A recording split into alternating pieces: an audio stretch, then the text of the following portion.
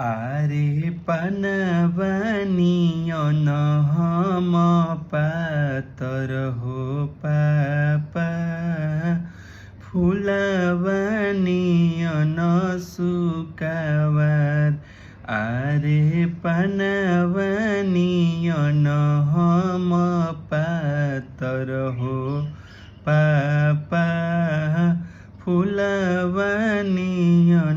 सुकावार।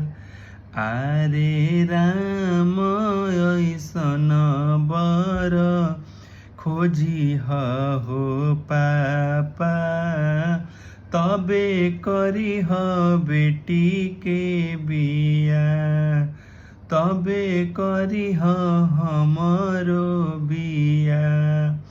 आरे पूर्व गइनी बेटी पश्चिम गइनी कतही न मिलेले श्रीराम।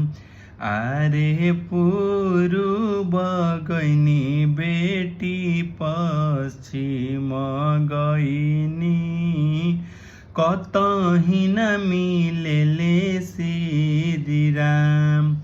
आरे चली जई हए पापाय जोधा नगरिया राजा दशरथ जी के द्वार।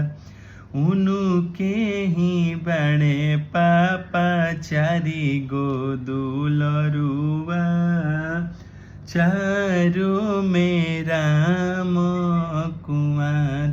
आरे उनके ही बाणे पापा चारी गो दुलरुआ उनके ही राम